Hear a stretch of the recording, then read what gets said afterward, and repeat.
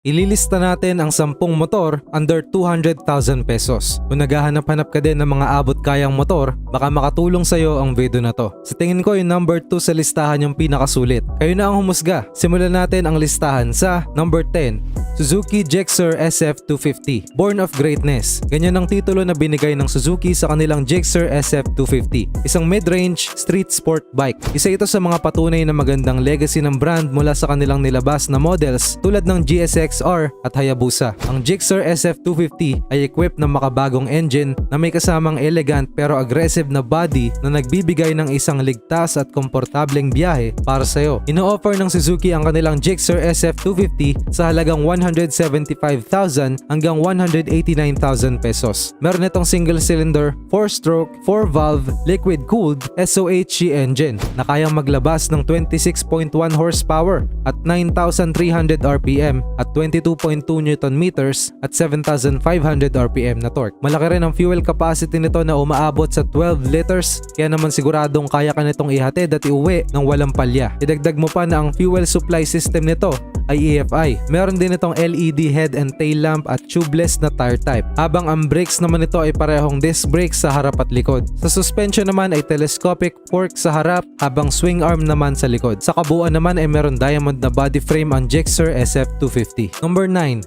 Yamaha XSR 155. Pinakilala sa bansa noong 2020 ng Yamaha Motor Philippines ang kanilang bagong addition sa kanilang Neo Retro models, ang XSR 155. Ang modelong ito ay merong katulad na style sa kanilang XSR series. Pero anong kaibahan nito mula sa naunang unit ng series? Well, ang XSR 155 ay merong pinagsamang classic at timeless na style. Sa tulong din ng modern technology ay na-improve ang reliability ng motor. At syempre hindi pa rin mawawala ang mayaman nitong racing heritage. Dinisenyo ang XSR 155 para ipakita ang sense of freedom di katulad ng ibang motor na kamukha o katulad nito. Kasalukuyan nagkakahalaga ng halos 162,000 pesos ang isang unit ng XSR 155. Ang XSR 155 ay merong Delta box frame. Sinundan nito ang silhouette ng mas malaki nitong kapatid na XSR. Pinagsama din ang quality ng mga retro motorcycles at modern sports bikes na siyang nagbibigay ng mas magandang dating sa bike na ito. Pwede na nga itong ihalera sa mga super sport, naked at retro na categories ng mga motorsiklo. Pero kahit may mga ganitong qualities ay lilitaw at lilitaw pa rin ang Neo Retro vibes. Pinaandar ito ng single cylinder, 4-stroke, 4 valves, liquid-cooled SOHC engine na kayang maglabas ng 119 horsepower at 10,000 RPM at 14.7 Nm at 8,500 RPM na torque. Fuel injection naman ang matatagpuan sa fuel supply system nito habang ang fuel capacity naman ng unit ay umaabot sa 10 liters. Kung usapang preno naman ay merong disc brakes ang harap at likod habang sa suspension nito ay matatagpuan ang USD fork sa harap at link monoshock naman sa likod. Ang model din na ito ay merong riding models para sa street at road. Number 8. Vespa Primavera. 60s nang magsimulang magbago ang mundo ng mga motorsiklo at iba pang mga pampublikong mga sasakyan. Dito din unang lumabas ang modelo ng Vespa na Primavera. Ang kanilang unit ang nag-revolutionize ng urban mobility sa tulong na nakakaakit nitong two wheels and a motor combination. Sa kasalukuyan, ang modelo ng Primavera ay merong bagong lightweight lines. To be specific ay taong 1968 nang nilabas ang unang version ng Primavera. Youthful, agile, innovative, safe at environmentally friendly. Pero itong mga magandang quality na ito ang siyang nagbigay ng timeless na dating para sa Primavera. Dahil kung ano ang qualities ng unang version nito ay nai-improve pa. Ang Italy's finest vehicle ay may classy at eleganteng pag-arangkada. Pinaandar ito ng single cylinder, 4-stroke SOHC engine na kaya maglabas ng 12.7 horsepower at 7,750 RPM at 12.8 Nm at 6,500 RPM na torque. Meron itong 7-liter petrol na fuel tank capacity at EFI na fuel supply system. Sa kabuuan nito ay makikita ang gwapo nitong LED headlamp habang meron naman itong bulb tail lamp para sa likod. Radial tubeless naman ang naka-install sa gulong nito at parehong may sukat na R12 ang harap at likod na gulong nito. Magkaiba ang nakakabit na brake sa harap at likod ng Primavera. May disc brake ito sa harap habang drum brake naman sa likod. Ang suspensions naman nito ay single arm sa harap at shock absorber suspension naman sa likod. Ang dual straight na seat type nito ay tamang-tama para sa riding modes nitong street and roadways. Sa kasalukuyan ay nagkakahalaga ng 185,000 pesos hanggang 195,000 pesos ang bawat isang unit ng Primavera. Number 7. Husqvarna Svartpilen 200. Ang Svartpilen 200 ay isang naked bike pero hindi naman literal na nakahubad ang modelong ito. Ang term na naked bikes ay ginamit para sa mga road bikes na walang fairings o yung shell na nakapatong sa frame at engine nito. Kadalasan ay wala ring screen ang handlebars. Ang pagtanggal ng mga fairings na ito ay siyang nagbibigay ng mas magaan na timbang sa motorbike. Pero balik tayo sa motor, ang Svartpilen 200 ay gawa ng Swedish manufacturer na Husqvarna. Ang modelong ito ay hango sa KTM 200 Juke, manufactured sa Philippines at merong Scrambler Cafe Racer na dating. Nilagyan din ito ng ilang high quality components na kaya mag-offer ng dynamic handling at hindi na masama ang 175,000 pesos na price point para sa Swedish brand na Svartpilen. Pinaandar ito ng single cylinder, 4 valves, 4-stroke, liquid-cooled DOHC engine na merong 119.5cc at kaya maglabas ng 26 horsepower at 19.5 Nm na torque. Malayo rin ang mararating mo sa 9.5 liter na petrol fuel tank capacity nito. Number 6, KTM RC 200. Sa halagang 162,000 pesos lamang ay pwede ka na magkaroon ng isang maangas na motorsiklo na tiyak na aagaw atensyon sa oras na umarangkada ka na. Kaya siguradong daig mo pa ang artista kapag ito ang bit-bit mo, papasok na yung trabaho. Ang RC 200 ng KTM brand ay nagpapakilala ng kanilang eye-catching racing bike styles na merong maaasahang everyday performance. Ang RC 200 ay hango sa disenyo ng KTM RC16. Dahil sa sumikat na two-wheeled racing design nito ay binigay din sa RC200 ang mala racer na style pati na ang kaparehong ergonomics. Pero hindi naman gaya-gaya ang RC200 dahil ito ay completely redesigned at ang race-inspired bodywork nito ay nagpo-provide ng class-leading wind protection. Single-cylinder 4-stroke liquid-cooled engine ang siyang nagpapaandar sa motor na ito. May 119.5cc displacement ito na kaya maglabas ng 25 horsepower at 10,000 RPM at 19.2 Nm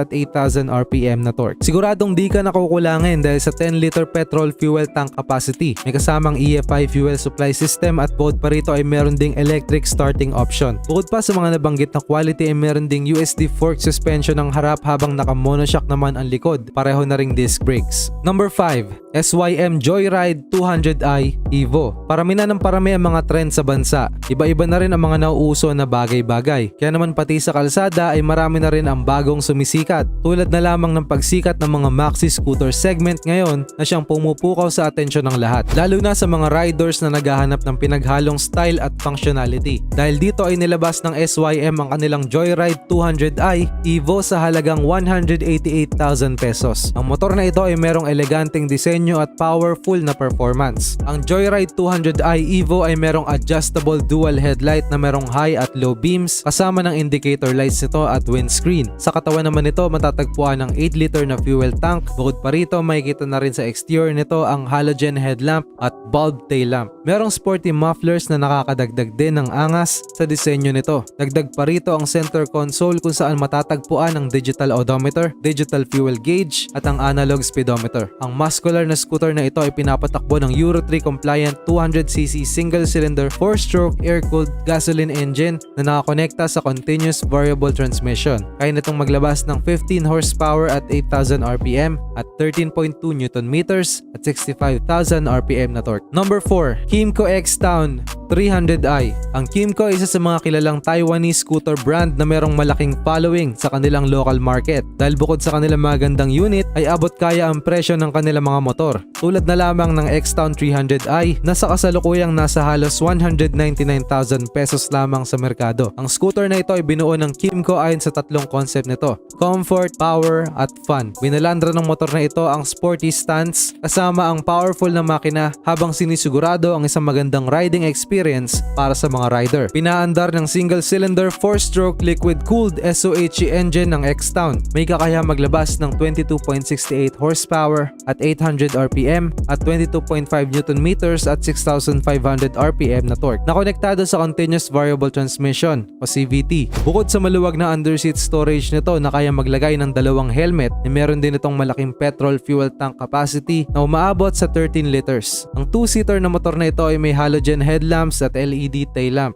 Kung usapang safety naman ay merong naka-install na disc brake sa harap at likod. Number 3, Yamaha YZF R15. Ang YZF R15 ay ang unit na binuo ng Yamaha taong 2008 pa. Ito ay isang sports bike na nagbibigay sa mga rider ng patikim sa kanilang innovative technology. Sa kasalukuyan ay ino-offer ang mga unit ng YZF sa merkado sa presyong 164,000 pesos. Ang entry level ng Yamaha na ito para sa kanilang sports bike series ay merong single cylinder, 4-stroke, 4-valve, liquid-cooled SOHC engine na may 155cc displacement at kaya maglabas ng 19 horsepower at 10,000 RPM at 14.7 Nm at 8,500 RPM na torque, na may kapares na 6-speed manual transmission. Sigurado namang malayo ang mararating ng 11-liter petrol fuel tank capacity nito na may EFI. Bukod pa rito ay merong telescopic fork ang harap na suspension ng bike at swing arm suspension naman sa likod. Number 2, CF Moto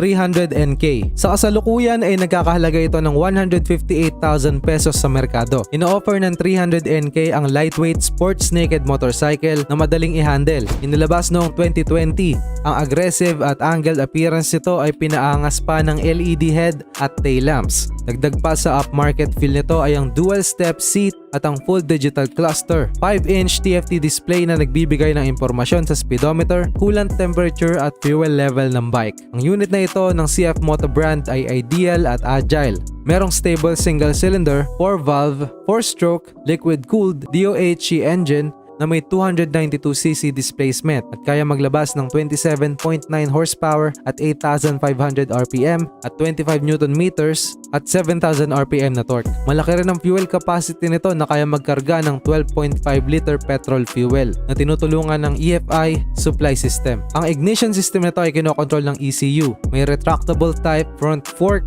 at lever type suspension naman para sa likod. May kasama rin itong hydraulic disc brake sa harap at likod at para sa mas sagad na safety ay meron ding Continental anti-lock brake system na siyang malaking tulong kung kinakailangan mong huminto ng biglaan. Bago natin i-reveal ang top spot ay comment mo naman below kung ano ang paborito mong motor under 200,000 pesos. Sa top spot naman natin nandito ang number 1, Kawasaki KLX 230. Dinisenyo ito para i-welcome ang mga bagong riders sa mundo ng pagmumotor. Ang dual sport category na ino-offer ng KLX 230 ay malaking tulong para sa mga rider dahil sa mababang seat height nito. Manageable na power, magaan na katawan at higit sa lahat ay abot kaya. May estimated price na 190,000 pesos. Ang torque ng motor na ito ay tinitiyak ng Kawasaki na makakapagbigay ng reliable at efficient na riding experience. Pinapatakbo ito ng single cylinder 4-stroke air-cooled SOHC engine na merong 233cc displacement at kaya nito maglabas ng